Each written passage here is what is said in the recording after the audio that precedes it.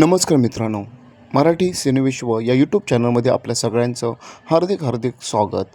आज आपण बोलणार आहोत सुप्रसिद्ध मराठी अभिनेते कुलदीप पवार यांच्या जीवनासंबंधी. कुलदीप पवार हे मराठी चित्रपट, नाटक आणि दूरचित्रवाणी मालिकांमधील एक अत्यंत लोकप्रिय आणि दिग्गज अभिनेते होते.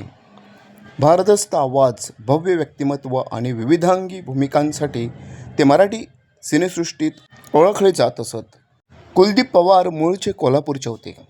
त्यांनी इथे ओशाळला मृत्यू या नाटकातील संभाजींची भूमिका अत्यंत ताकदीने साकारून रसिकांच्या मनात घर निर्माण केले. त्यांनी गुपचूप शापित, अरे संसार संसार, सर्जा आणि वजीर सारख्या अनेक प्रसिद्ध मराठी चित्रपटांतून विविध भूमिका, नायक, सहाय्यक आणि खलनायक अशा भूमिका त्यांनी साकारल्या. त्यांनी बॉलिवूडमध्ये दूध का कर्ज, मिस 420 यासारख्या हिंदी चित्रपटातून कामे केली.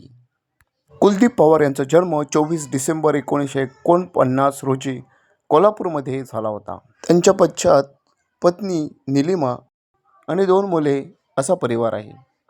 24 मार्च 2014 रोजी मुंबईतील पुकेलाबेन अंबानी रुग्णालयात किडनीच्या आजाराने त्यांचे निधन झाले होते.